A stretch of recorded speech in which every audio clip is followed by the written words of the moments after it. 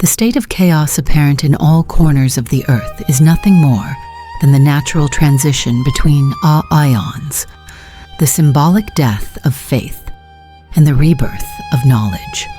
Such a transition never occurs smoothly. Those who seek to preserve the old ways, the old belief systems, their religious identity, and what gave meaning to their lives will fight to the death to conserve it, for admitting that their entire life was a lie is a fate worse than death.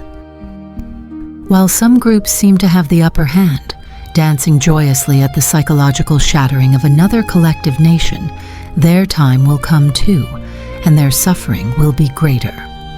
The previous age can be understood as a long phase of projection.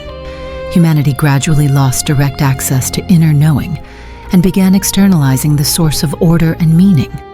What was once experienced directly became symbolized, institutionalized, and eventually personified.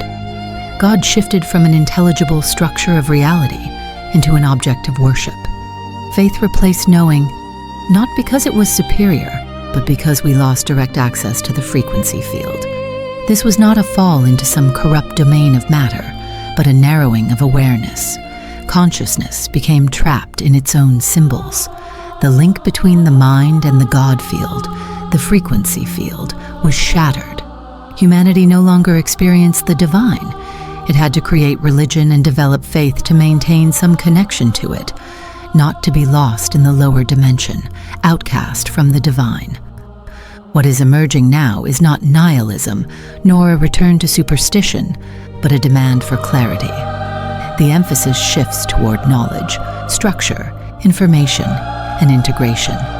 Reality is no longer approached through belief, but through understanding, through direct inquiry into its lawful, intelligible nature.